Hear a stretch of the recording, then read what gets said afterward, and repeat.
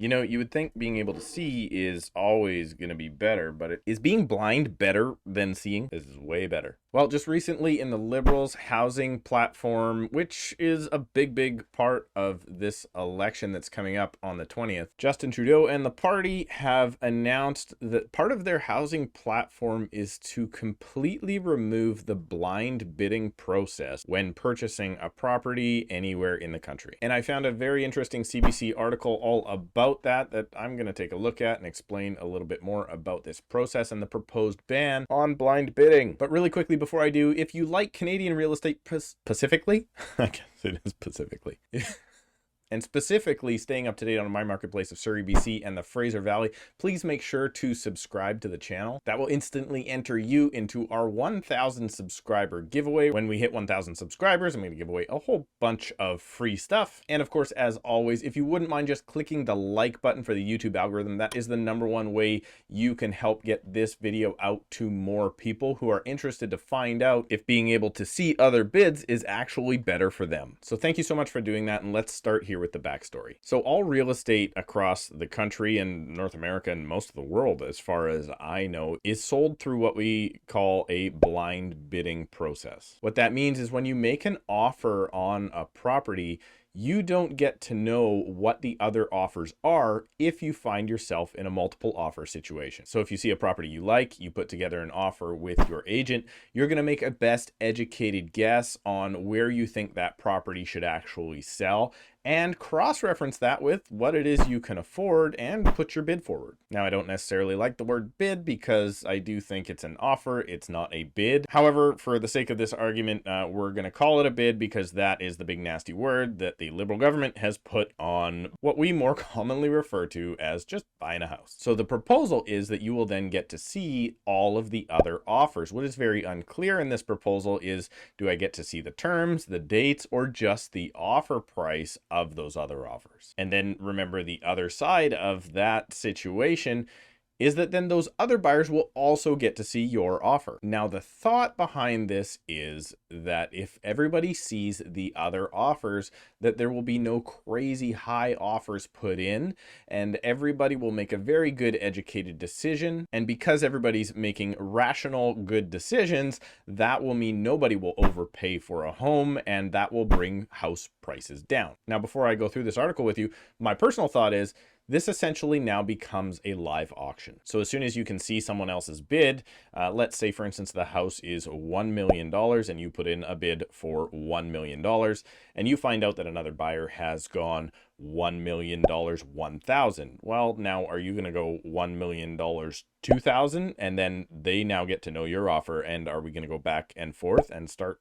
acting, you know, maybe like a game of Pong? I mean, my experience, maybe it's just the fact that when I do go to any, say, charity auctions, I may have had a couple too many cocktails, but my experience is I usually end up paying a little bit too much for an item that I never would have bought in the store because we get caught up in the excitement. And I would hate for that to happen to the real estate market when it's unneeded. So let's go in. So I'm going to go on the record here as saying against it, think it's a terrible idea, but let's review the article and see what they have to say. Okay, so here we go. It's called Fact Check: Would Blind Bidding Ban Lower House Prices? This is a CBC article, and what they've done here is they basically interviewed some real estate agents and mostly economists to find out if they think that this would actually do anything at all to lower home prices. So there's a nice picture of Justin there looking a heck of a lot better in a suit and tie than I do, or a shirt and tie than I do, and let's dive into it. So right here in the article, it says that, you know, obviously the Liberals are going to propose a ban, or have proposed a ban,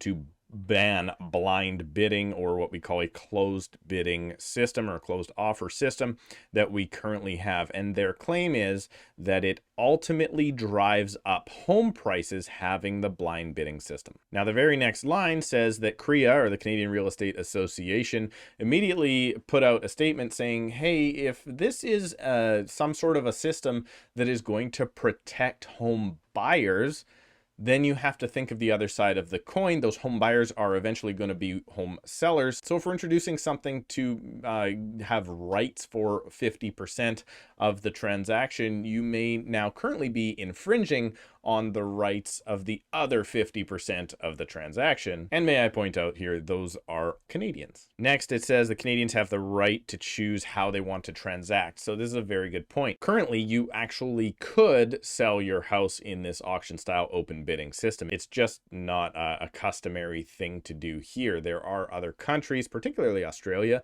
that have this open bidding system where houses essentially just go to auction. But the proposal being put forth by the Liberal government, they can't really change how contract law and the system works. But what they can do is they can make it a criminal offense for the sellers to not have an open bidding system. So the way they're going to implement this is to actually make it for a criminal offense to you, the homeowner, if you are selling your home, to not tell all of the other parties interested what all of your offers are. Now, let me go on a side note here really quick.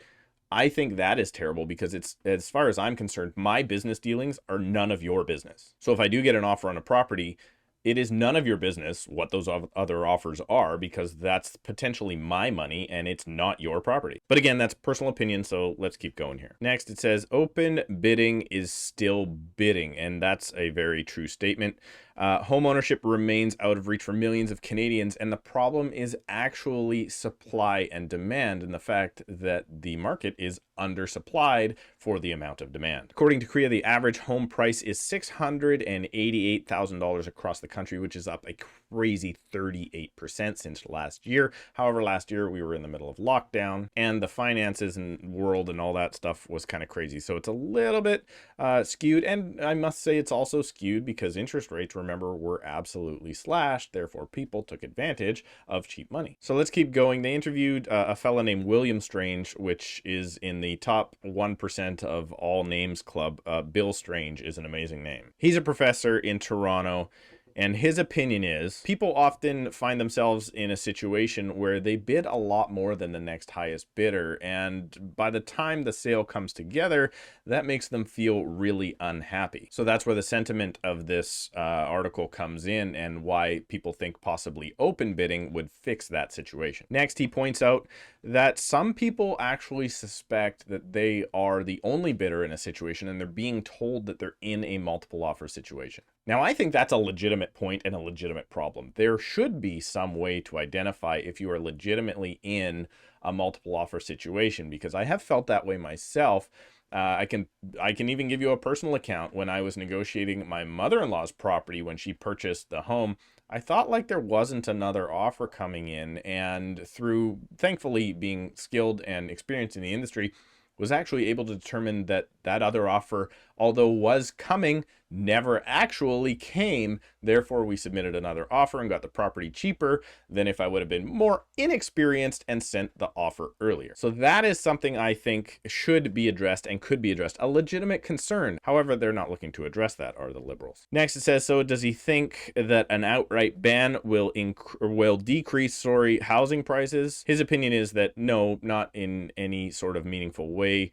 There is no economic evidence that this process or the elimination of this process would ever matter in prices. In fact, he says it shouldn't be surprising that on average, open auctions and blind auctions tend to result in very similar sale prices. He goes on to talk a little bit more about that, and then he does make a very good point here. Now, Toronto and Vancouver are the spot where people think, oh, the markets are going crazy. But blind bidding is actually done all the way across the country and everywhere in North America for that matter. So if blind bidding is the problem in, say, areas like Vancouver and Toronto, other areas that are having other effects like economic depression, maybe in the prairies, their house prices aren't going up as much because their supply and demand is not at the same ratio that we are here in the city. Next, they get the opinion of William Wheaton, another professor. And bill number 2 says that this is quote unquote dubious. Now, I had to look up that word to find out that basically it means he is hesitant that this whole situation would do anything. In fact, he actually looks quite favorably upon the current system, which is blind bidding, because what that does is all of the buyers come together and they individually put a value on the property of what they think the property is worth. And open bidding is I'm just paying a little bit more than the next guy and not necessarily reflective of actual market value. He next then talks about the winner's curse, which is when somebody goes into an auction thinking, you know what, I'm only going to pay this much for a property or an item for that matter. And then when they come out and they win the item, they actually ended up paying a lot more than they thought they were going to, or that they originally had wanted to. And next, he touches on the point that knowledge isn't always power. Here's why I think open bidding will be a problem. Because I know a lot of people just want to win, and the people that have the money, if they see somebody else willing to pay that much more, so will they. So this is actually an argument for blind bidding not driving up prices, because as soon as you know somebody else is willing to pay just a little bit more, it makes it so much easier for you to just pay a little bit more, which makes it easier for them to pay just a little bit more, which makes it easier for you to pay just a little bit more. So he elaborates on that topic just a little bit more as well. And now they talk to a real estate agent. Now, Leo, I can't pronounce your last name, so I'm not going to try. And he actually says that bidding wars are a symptom of an extreme real estate market and not the cause, therefore alluding to the cause is, as we said before, lack of supply. So in other words, what that means is we're trying to legislate a difference in price rather than just deal with supply and demand, which is the only real way to change price. He then alludes to the open bidding system that I mentioned earlier in Australia. They currently have this system. So I Googled what the average price is across Australia, and I found out that that price is in Aussie dollars now, $727,000. Not knowing anything about Aussie dollars, I typed that number into Google and found out that 727,000 Aussie dollars is roughly 680,000 Canadian dollars. And then it is absolutely no surprise that the average home price across Canada is $688,000. So then you have two different systems, two different countries, and for all intents and purposes, the exact same selling price. Let's keep going. So next, this real estate agent and analyst actually says that he is in favor of bringing it in because what it will do is protect those one-off buyers here and there that go these crazy, crazy high prices because they'll be able to see that the other offers are not as high. And going on to elaborate on that point, he talks about basically there are those people that will go in unlucky or completely ill-advised and occasionally pay way too much for a property. And this is where I am not necessarily in favor of protecting people that make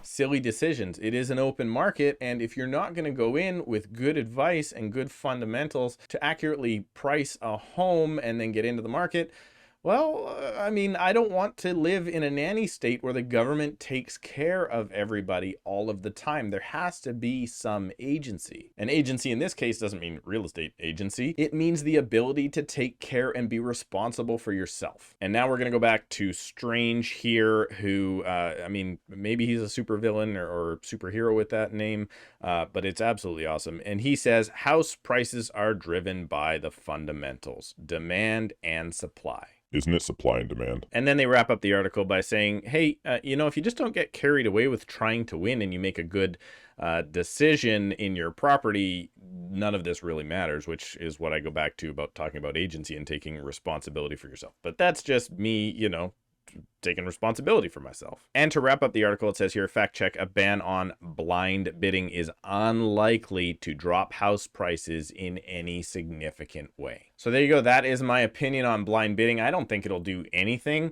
I think it's a little kind of sick that the government is going to make it a criminal charge for the seller to not participate in their new system. But realistically, I think it would just make the system different and confused and not necessarily any better. So please go down in the comments, let me know what you think of this explanation, or if you think I'm a moron and that blind bidding is causing house prices to skyrocket. Thanks so much for watching. Please check out another couple of videos while you're here on the channel. Subscribe. As always, hit the like button, and we'll see you in a couple of days.